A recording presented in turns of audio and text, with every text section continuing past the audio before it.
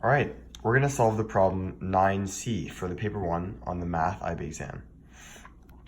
This problem is using some of the knowledge that we've gained from the earlier questions in the exam, but basically it's an integral of this here, right here, secant 2x plus tan 2x with the boundaries 0 and pi over 6. The tricky part about this problem though is that once you solve the integral, you also have to put it in this specific form, natural log of a plus square root of b, where a and b are both integers.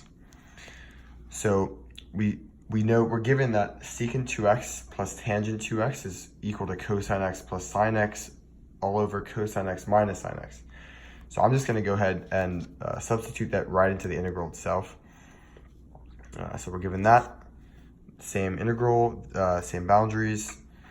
Now, the first thing that pops into mind, given that we know that the derivatives of cosine x and sine x is to try u substitution for the denominator, because then when we derive u, turns out we get that we get the numerator. It's a negative numerator, but you can still substitute it out and get 1 over u.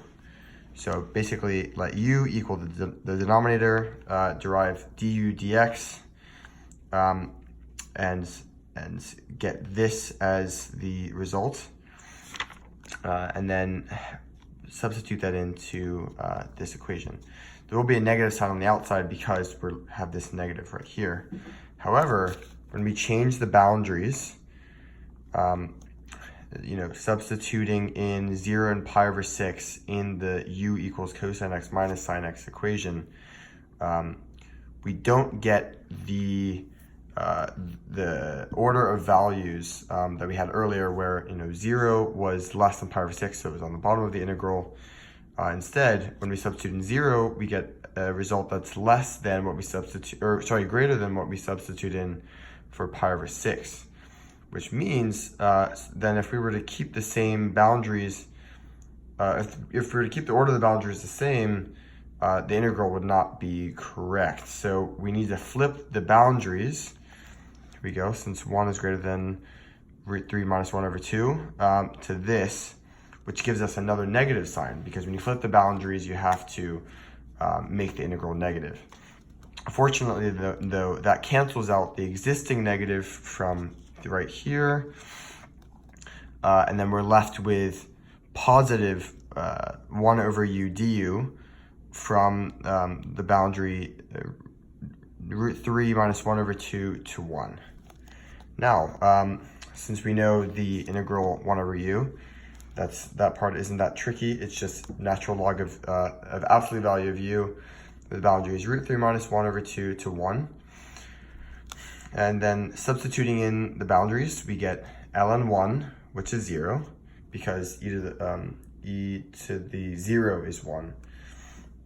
And then minus natural log of root 3 minus 1 over 2. Now, with log rules, we can kind of play around with this, especially because we see it's not in the form that we want it in, which is, if we go back, the natural log of a plus square root of b, where they're integers. And right now we have fractions. If you were to split this up, you would get root 3 over 2 minus 1/2. So when we apply that negative sign on the outside to the natural log as a whole, we get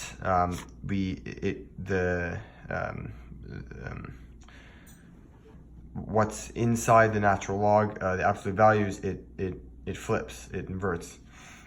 So we have 2 over root 3 minus 1 now, because this acts as an exponent, being on the outside.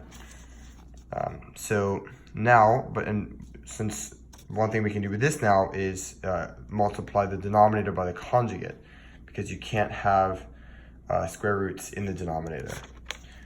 And this will also help us get our product in the form that we want. So multiplying by the conjugate, we get root 3, so the conjugate of root 3 minus 1 is root 3 plus 1. Of course, the conjugate is used to eliminate the square root, and really it's only the result, the sum of the first the first term in the first parentheses and the first term in the second parentheses, and the second term in the first parentheses and the second term in the second parentheses, since the others will cancel out, the negative root 3 and the positive root 3. So then multiplying root 3 by root 3 and 1 times negative 1, we get 3 minus 1.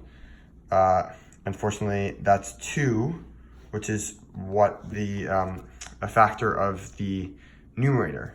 So crossing those out, then we're left with